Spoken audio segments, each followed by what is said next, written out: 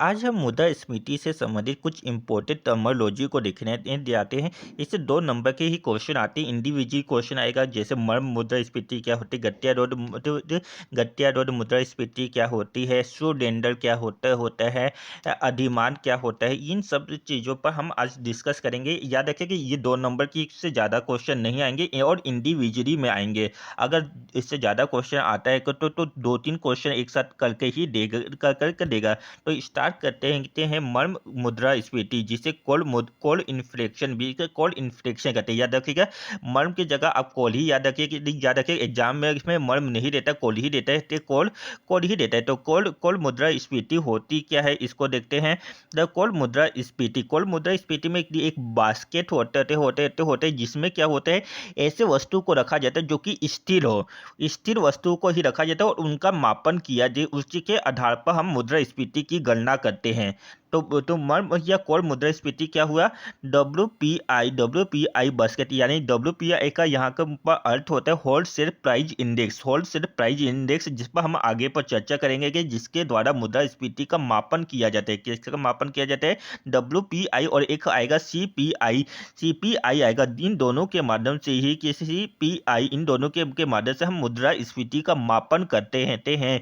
ये मापन करते हैं। तो कोल मुद्रास्फीति क्या होता है, कोल मुद्रास्फीति में क्या होता है, एक बास्केट या किसी अन्य सूचकांक के लिए प्रयोग किए जाने वाले बास्केट में से उन वस्तु को निकाल दिया जाता है जिसके मूल्यों में परिवर्तन हो रहा है। कैसा परिवर्तन होता है, तीव्र गति से परिवर्तन हो रहा है, और केवल स्थिर वस्तु के मूल्यों में होने वाले परिवर्तन को मापा जाता है।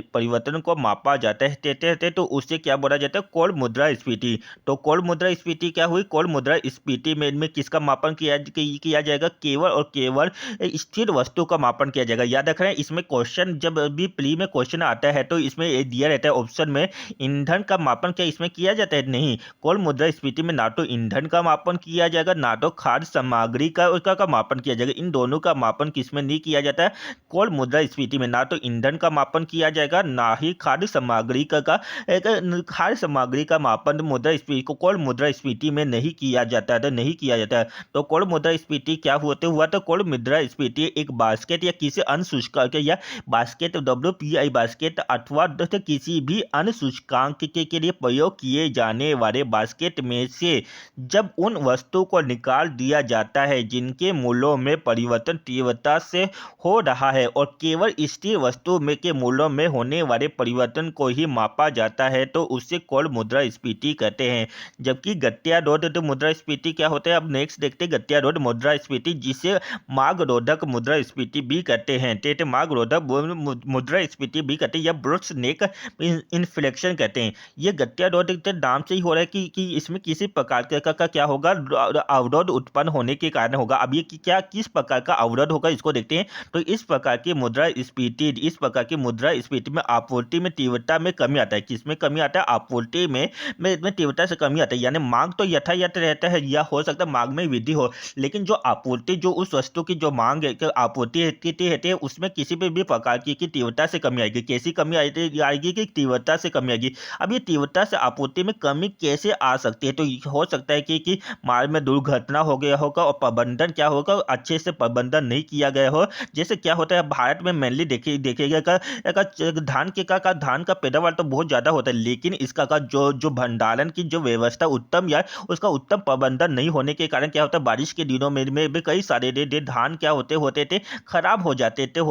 वो किसके अंतर्गत आके जिसके कारण उस धान की कीमत जो वास्तव में बहुत कम होनी चाहिए, वहाँ उससे दुगनी हो जाती थी। किसके कारण होते थे तो वहाँ उस प्रकार की मुद्रास्फीति को कहा जाता है, गत्यारोध मुद्रास्फीति कहा जाता है। तो गत्यारोध मुद्रास्फीति क्या होती है, इस प्रकार की मुद्रास्फीति आपूर्ति में तीव्रता से कमी के कारण उत्पन्न होती है, जबकि उस वस्तु और सेवा में के मांग में यथायथ बनी रहती है। इसे मांग जनित मुद्रास्फीति भी कहते हैं। यह आपूर्ति पक्ष की दुर्घटना कुल प्रबंधन के फलस्वरूप होता है। तो हमने अभी तक से 2 चीज देखा, एक तो मांग मुद्रास्फीति देखा। मांग मुद्रास्फीति में क्या होते थे, एक बास्केट होते थे जिसमें से उन वस्तु को निकाल दिया जाता है जिसके मूल्यों में तीव्रता से परिवर्तन हो रहा है, और केवल स्थिर वस्तु के मूल्यों में होने वाले परिवर्तन का मापन किया जाता है, माफ किया जाता है, जबकि गठियारोध मुद्रास्फीति क्या होता है, आपूर्ति में तीव्रता आपूर्ति में तीव्रता से कमी के कारण उत्पन्न होता है, जबकि वस्तु और सेवा की मांग क्या रहती है, यथावत बनी रहती है। इसे मांग जनित मुद्रास्फीति भी कहते हैं। याद रखें, गठियारोध, मांग रोधक और मांग जनित मुद्रास्फीति तीनों ही एक ही है कि यहाँ आपूर्ति पक्ष की दुर्घटना या कोई पतन के फलस्वरूप उत्पन्न होता है। नेक्स्ट हम देखते हैं मुद्रास्फीति कुंडली यानी स्पिंडल, इन्फ्लेशन स्पिंडल क्या होते थे या कुंडली क्या होते थे, मुद्रास्फीति कुंडली क्या होती, इस पर हम चर्चा करते थे। यहाँ स्थिति वेतन और सेवा की अंतःक्रिया के परिणाम होते हैं। जब श्रमिकों का वेतन में वृद्धि होती है, क्या होते थे कि वस्तु और वेतन और वस्तु की अंतःक्रिया, याद रखें, वेतन और वस्तु और सेवा, वेतन एवं वस्तु और सेवा की अंतःक्रिया के परिणाम स्वरूप उत्पन्न होता है। जब जैसे जैसे श्रमिकों का वेतन में वृद्धि होगा, अब वेतन यानी श्रमिकों के पास वेतन यानी उसके पास मुद्रा अधिक आगे, पैसा अधिक आगे आ गया है, तो जिससे क्या होगा कि वहाँ मार्केट में जाएगा और वस्तु की डिमांड करेगा और वस्तु वहाँ से खरीदेगा। अब वस्तु जब लोगों के बहुत ऐसे सभी श्रमिकों के पास आ गए, तो अब वहाँ क्या करेंगे कि उन वस्तुओं को अधिक से अधिक खरीदने की कोशिश करेंगे, जिसके कारण मांग, उस वस्तु की क्या हो जाएगी, मांग में वृद्धि हो जाएगी। जबकि इसका अपोजिट क्या होगा कि अब मार्केट में अगर किसी वस्तु की नेसेसरी चीजें श्रमिकों के जीवन यापन के लिए अगर उसकी कीमत में वृद्धि हो रही है तो भाई हमारा तो श्रमिकों का क्या होगा, उससे गुजारा नहीं होगा। जितनी पहली इनकम थी तो क्या करेंगे, वो क्या करेंगे कि अपने जो बड़े अधिकारी है या सरकार है उनसे क्या करेंगे, वेतन में वृद्धि करने की मांग करेंगे। यानी दोनों एक दूसरे से अंतःक्रिया हुआ, इसी अंतःक्रिया को क्या कहते थे, मुद्रास्फीति कुंडली कहते हैं। तो मुद्रास्फीति कुंडली क्या हुआ, यह स्थिति वेतन एवं वस्तु व सेवा के अंतःक्रिया का परिणाम है जब श्रमिकों का वेतन में वृद्धि होती है, जिससे वस्तु एवं सेवा की मांग में वृद्धि होती है। किसमें वृद्धि होती है, वस्तु एवं सेवा की मांग में वृद्धि होती है, जबकि वस्तु की कीमत में वृद्धि होने से श्रमिक वेतन में वृद्धि कम करते हैं। इसे मुद्रास्फीति कुंडली भी कहते हैं। अब नेक्स्ट देखते हैं स्थगन जन मुद्रास्फीति, जिसे आप याद रखेगा, इंग्लिश में ही नाम इसका याद रखेगा, हिंदी में मत रखिएगा, स्टैगफ्लेशन। अगर आप हिंदी मीडियम या इंग्लिश मीडियम, और इंग्लिश मीडियम का कोई इकोनॉमिक्स में तो हमेशा इंग्लिश में ही याद रखें, लेकिन हिंदी वाले को हिंदी और इंग्लिश दोनों में ही लेकर चलना है। अब यहाँ पर आता है स्टैगफ्लेशन क्या होता है, इसको देखते हैं। स्टैगफ्लेशन वहाँ स्थिति जिसमें मुद्रास्फीति तथा बेरोजगारी, क्या होता है, मुद्रास्फीति भी अधिक होती है और बेरोजगारी की दोनों का स्तर अगर उच्च होता है तो उससे क्या बोलते हैं, किस प्रकार की मुद्रास्फीति करते हैं, तो उससे स्टैगफ्लेशन कहते हैं। स्टैगफ्लेशन क्या होते हैं, जिसमें मुद्रास्फीति यानी इन्फ्लेशन और बेरोजगारी दोनों ही उच्च स्तर पर होती है। जबकि प्रति स्तर जन मुद्रास्फीति में क्या होता है, यहाँ वहाँ स्थिति होती है जिसमें सरकार स्वयं मुद्रास्फीति यानी मुद्रास्फीति को बढ़ाती है, यानी वस्तु और सेवा की कीमत में वृद्धि जानबूझकर करती है या मुद्रा की मूल्य में कमी में करती है। तो इसमें क्या होते थे रिफ्लेक्शन में क्या होते थे, वहाँ स्थिति जिसमें सरकार द्वारा बेरोजगारी को घटाने के बेरोजगारी के स्तर को घटाने के लिए यहाँ पर क्या होता है, स्टैगफ्लेशन में बेरोजगारी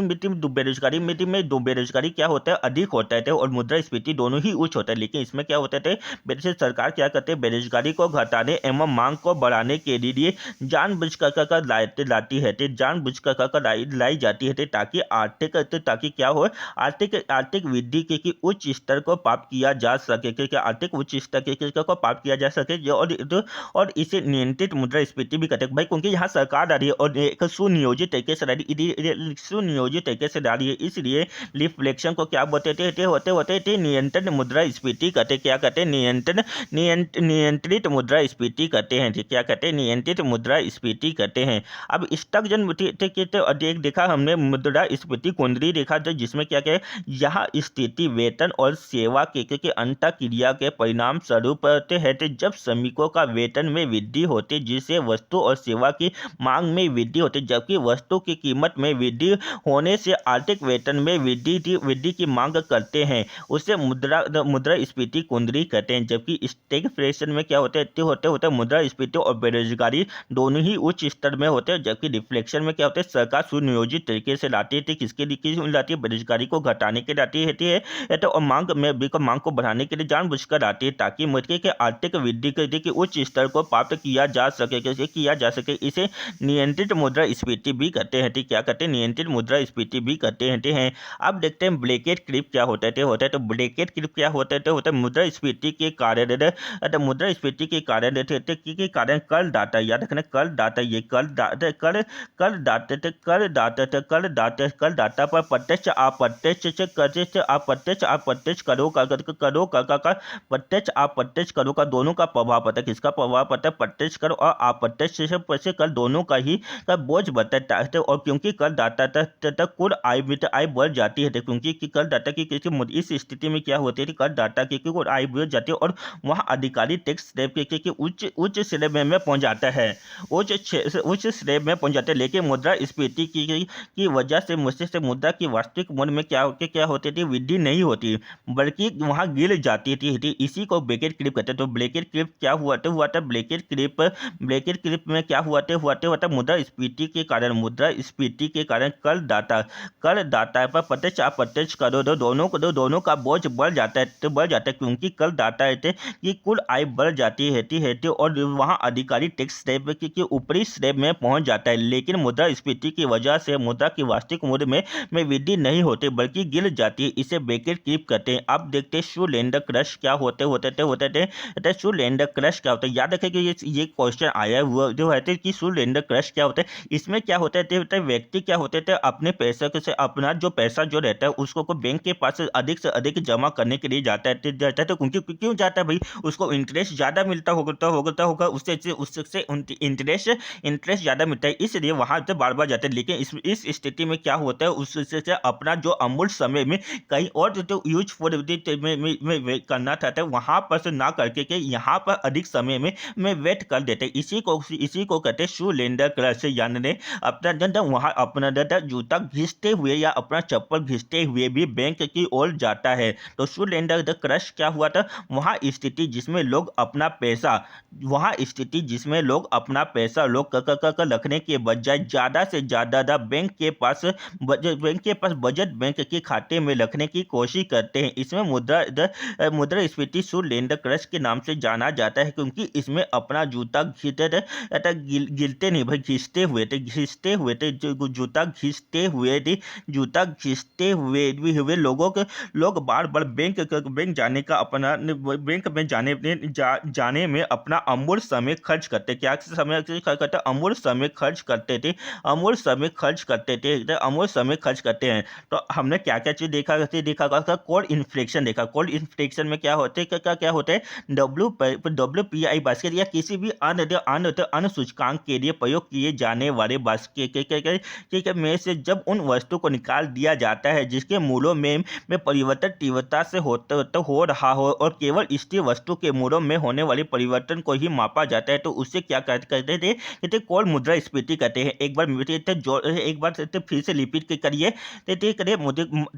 कोल्ड इन्फ्लेशन क्या होता है? एक बास्केट होता है, उनमें उन वस्तु को निकाल दिया जाता है जिसके मूल्यों में तीव्रता से परिवर्तन हो रहा हो, केवल स्थिर वस्तु के मूल्यों में होने वाले परिवर्तन को मापा जाता है।